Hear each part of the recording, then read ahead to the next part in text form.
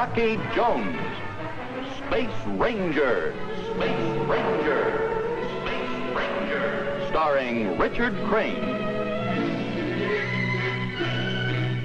In Inferno in Space, Chapter 1.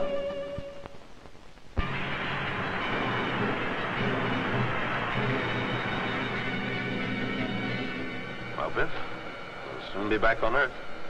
You can log your 5th routine patrol. My 6th, Rocky. It's been so quiet during the last few trips, I guess I stopped counting. No, quiet or not, to me, every patrol with the Space Rangers is exciting. That's good. Keeps you on your toes. If we should get into trouble. You expecting so? No, I don't think so. United Worlds of the solar system has settled down to a lasting peace. We hope. Watch the controls, Biff. I'm going aft to check with Vina. Right.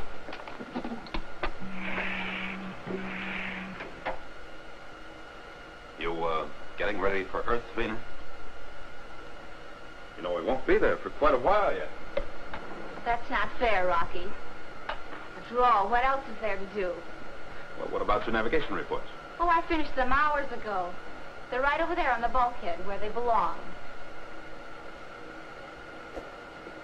I don't see anything but an empty clipboard. Is that the way you do your homework, Vina?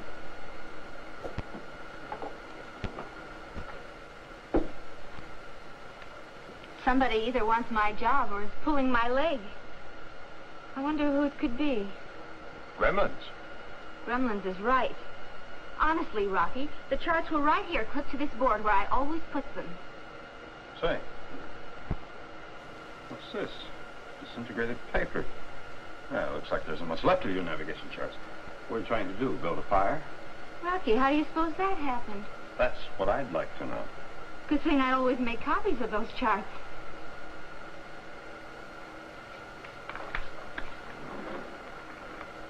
Rocky, look at this. The same thing's happened to my copies. They've turned to dust.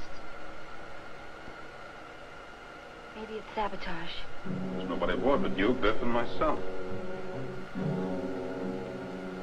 Good heavens. The pencil I just held in my hand. There's nothing left but the lead. What this pencil's made of is disintegrated. Polarized just like the charts. Vina, something's very wrong here. The clipboard. It fell off the hook. Look, Rocky. My clipboard, too. It's turned to dust. It's the wood again. Ground into powder. I'm scared, Rocky. What's going on? Trouble in the control section. Masometer and ion trap out of order. Stand by. Wait for orders.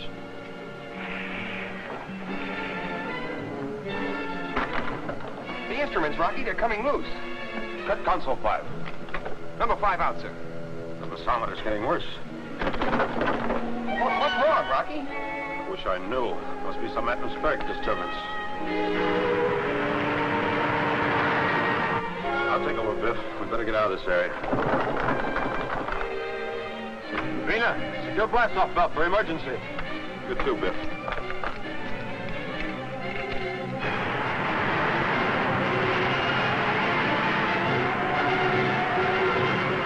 That's better.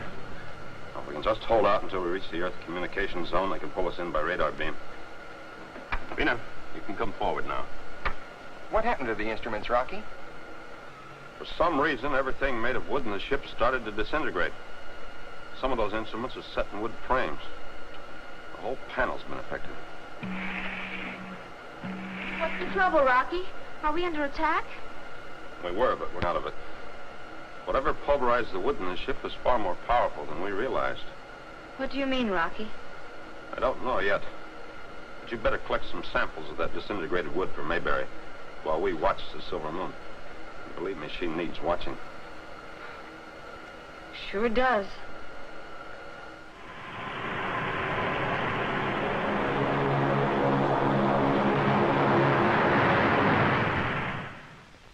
I told you Rocky would make it. Instruments or no instruments. Yes, Bobby, but he hasn't landed yet.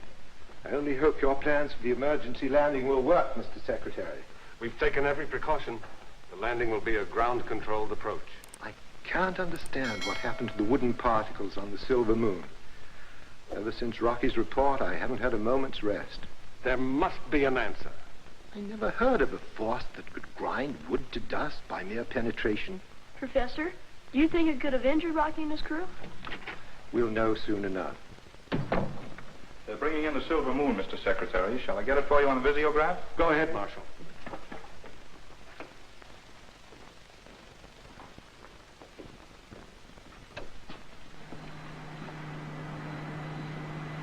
They've made it. Looks like it's going to be a perfect landing. Thank heavens.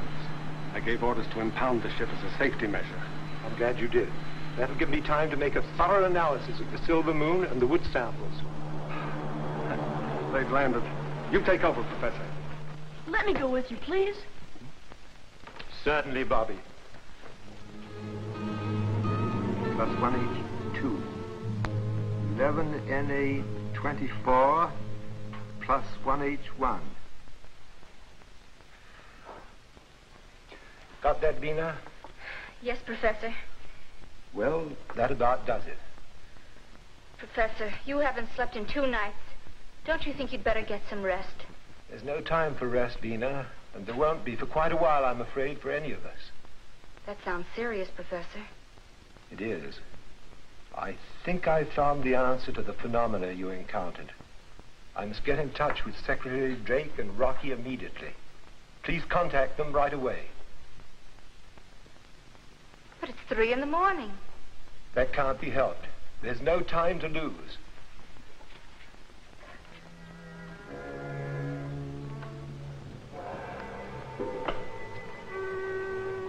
What you thought was just an interspace phenomenon, Rocky, is far worse than that.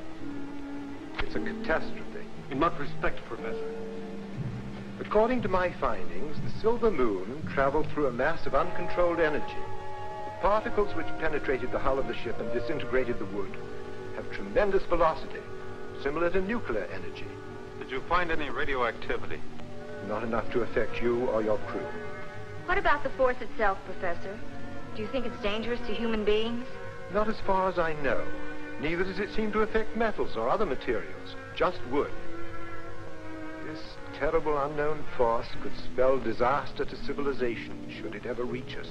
Is there a possibility that this force continues through space and attacks any of the other planets? I wish I could answer that. We know nothing till we locate the source, which must be some sort of explosion. Man-made? I doubt it. I believe our opponent is nature. So far, no man has been able to harness this kind of energy. I see. Well, what's our next move, Professor? After I complete my telescopic survey, we'll have to go on a reconnaissance flight. The silver moon will be ready. It's being repaired now. One more thing, Mr. Secretary. I suggest that you suspend all space travel until we know all the facts. There's great danger out there. I'm afraid more than we know. I'll take care of it immediately.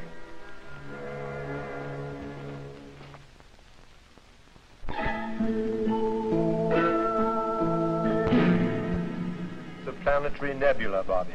But, Professor, I never heard of a moon having a vapor ring around it. It's a very rare phenomenon. Is this the one you saw through the telescope? The one that gives us all the trouble? It looks that way.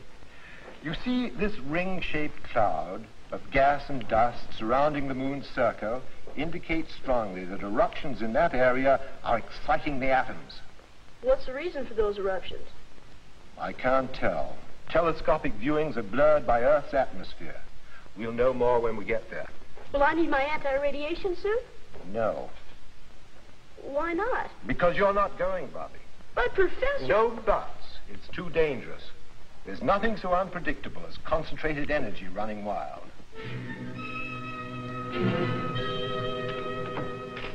You sent for me, Mr. Secretary? Yes, Rocky. Sit down, please. Since I received the professor's report, I classified his findings and ordered a strict news blackout in the interest of public security. Well, I'm glad you did, sir. You mustn't get out that there's a disaster occurring in space.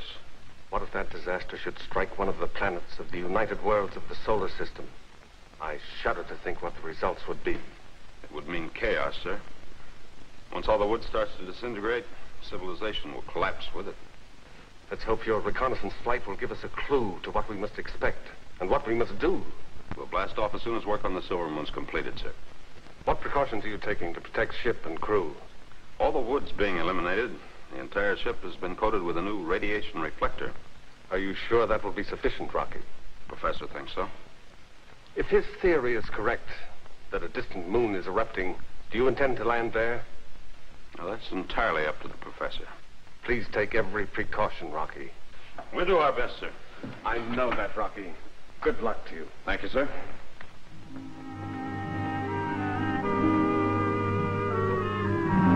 Well, we're blasting off in 1 hour. I'm very grateful you both volunteered for this trip. But I'm not going to minimize the dangers. If either one of you would rather not go, please say it now. Well, I consider it an honor to go with you, Rocky. So do I. Thanks. Professor Mayberry is standing by with some of his scientific equipment.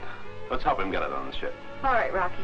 Oh, Biff, you stay by here and double-check the instruments, huh? Right.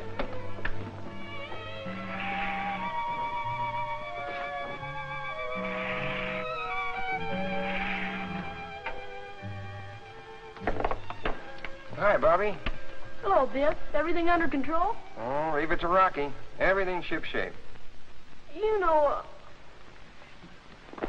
Rocky wanted me to come along, but we decided with the professor gone, somebody had to look after the lab. Oh, that's right, Bobby. We all have to work together. Say, Biff, how many flights have you logged so far? All of 6. This is going to be my 7th. Why, I've logged so many I can't even remember. Well, you're a veteran space ranger, Bobby, almost like Rocky. Yeah, and no space ranger likes to be grounded. Well, I'm sure this is only temporary. Every time something exciting goes on, I've got to stay home, 'cause I'm still a kid. Looks like I'm never going to grow up. Oh, it only seems that way, Bobby. Well, I'd better get back to the lab. There's always some final instructions. You know, running a lab is a responsibility, Biff. Oh, I bet it is. So long, Ranger. Lots of luck on your reconnaissance mission. Thanks, Bobby.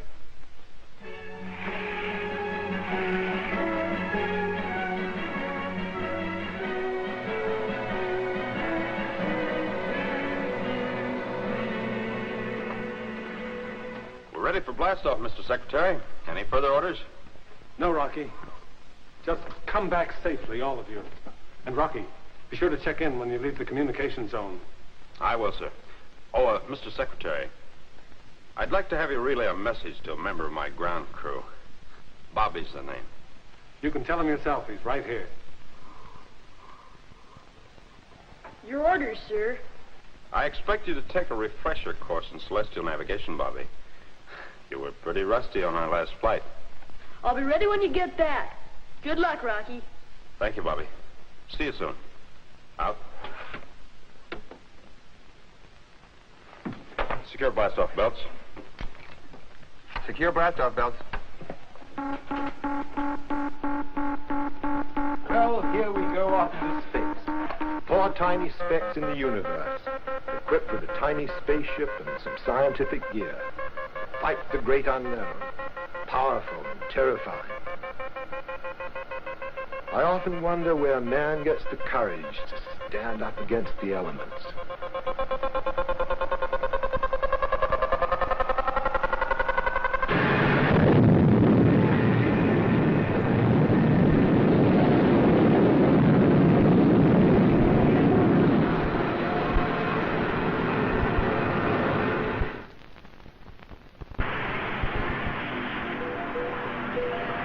Well, we're on our way, Professor. When do you want to brief us? No time like the present, Rocky. You stay at the controls, Biff. I'm going aft with the professor. Yes, sir. Anything missing, Vina? Now, Professor, you know we double-checked every piece. Well, quite a laboratory you have here, Professor. Almost as complete as the one at the observatory. More complete, Rocky. I've had to design several new devices to cope with some new tricks of nature. Well, I hope that's all they are. Tricks. We'll soon find out.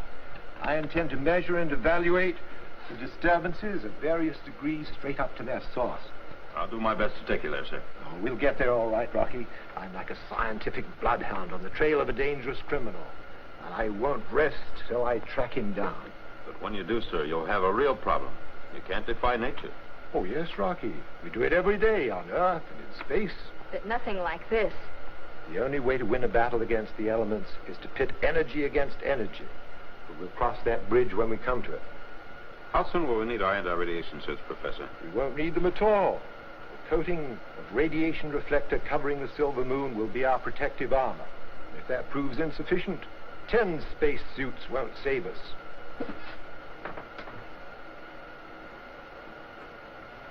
The only nuclear particles to enter the ship will enter through this sealed tube to be processed and analyzed. As the intensity increases, it will serve as a guide to the source of the disturbance. Would you say we're getting close to that source, Professor? I can only guess and rely on these. The instruments will signal the danger point. Time to contact Earth, Rocky. We're approaching final communication zone. Thanks, Vina.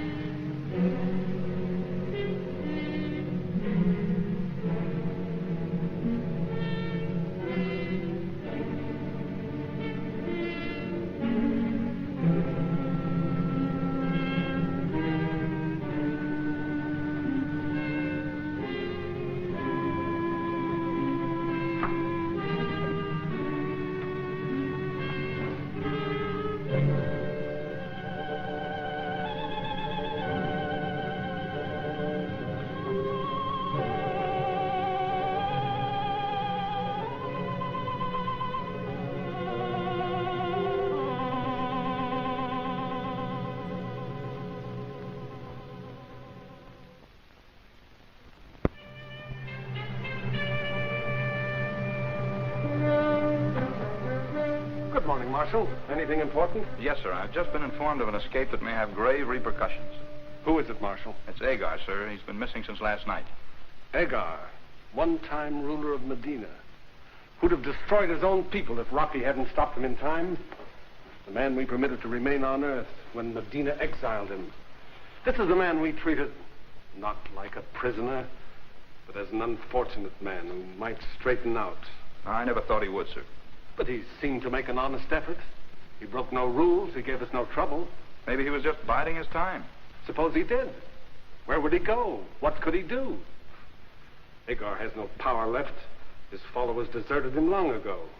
I wouldn't know what he's up to, sir, but wherever he's hiding, he'll be recognized sooner or later. Exactly. Send out an international alert to all law enforcement agencies. Right away, sir.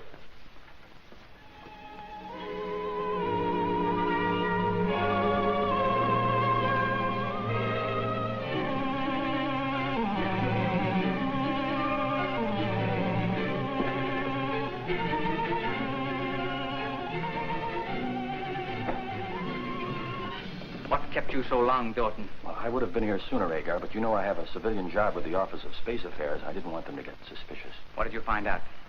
They've sent out an international alert on you. Well, they won't find me if you follow my orders. I don't see how we can go ahead with your plan with everybody looking for you.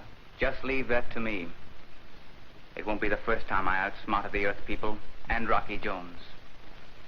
Once he's out of the way, nothing can stop us. I think we'd better forget about Rocky and proceed with the rest of your plan. Rocky is one man I'll never forget. Not until I've settled the score. What's the matter with you, Dorton? You want to be an insignificant little clerk down here for the rest of your life instead of my personal aide once I'm back in power? But maybe you haven't got the courage I thought you had. The courage that makes great men. I wasn't thinking of my safety, sir. It was you I was concerned about. Don't concern yourself. Trust me and stay loyal. Agar never forgets a friend. Or a foe.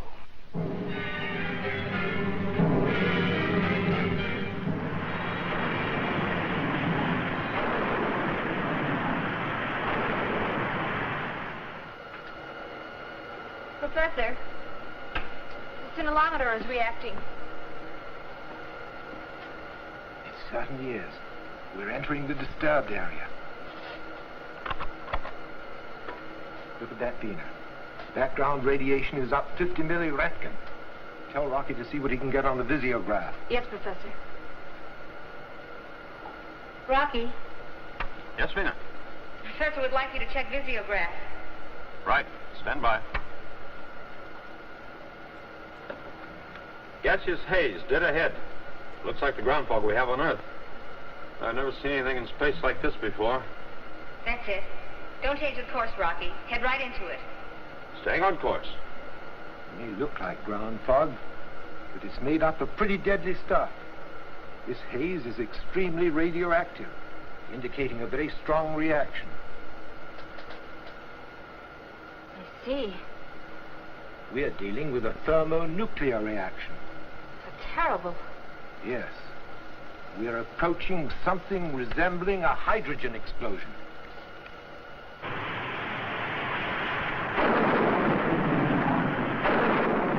Professor, we're moving clear of haze. We're heading for a moon. A circle, I believe. Stay on course, Rocky. According to my instruments, Serco is our destination. Right.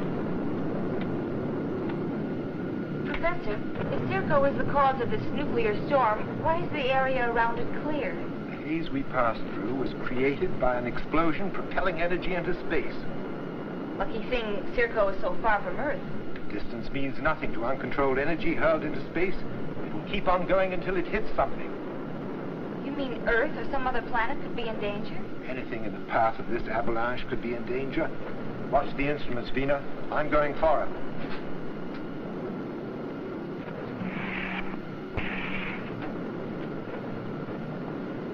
Look at that radiation interference. Is it affecting the silver moon? So far, so good. Looks like your reflector holds up. Quick, Rocky, take a look. All right, Professor. Judging by this, there must be terrific eruptions on Serco. Just look at that vapor. Let's get closer, Rocky. As close as possible. Yes, sir. I'd better get back to my instruments. They'll tell the story. I was just going to call you, Professor. I can't keep up with these. We're approaching an eruption, Vina. Keep checking the scintillometer. I'll take the rest.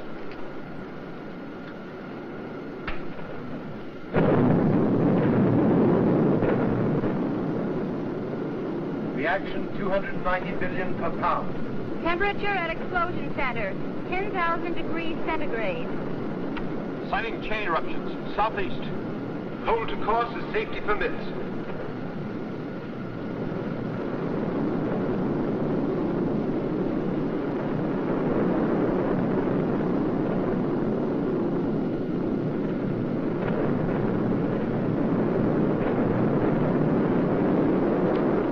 My instruments are foul. Same here. That's all she can take. Sorry, Professor. We're turning back. Good work, Rocky. We've got all we need.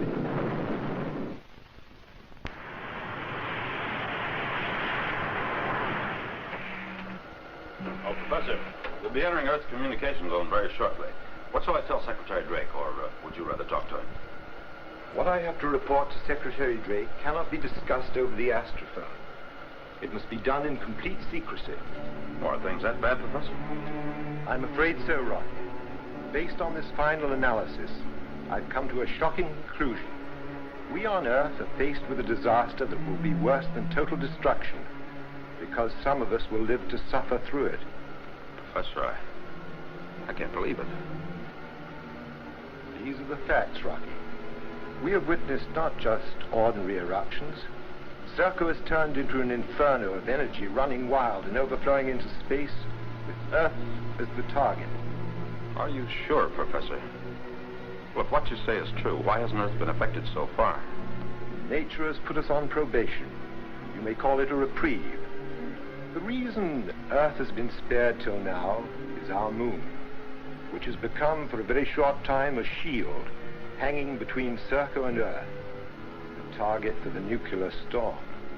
Yes, but our moon isn't stationary. It moves. I know that, Rocky. And if we haven't found the answer to this destructive Serconian force by the time our moon moves out of its path, we'll be faced with chaos and disaster such as never been experienced by mankind before. But is there an answer, Professor? No man can stop the movement of celestial bodies, or the violence of nature. I know that, Rocky. All we can do is search. Search without ceasing.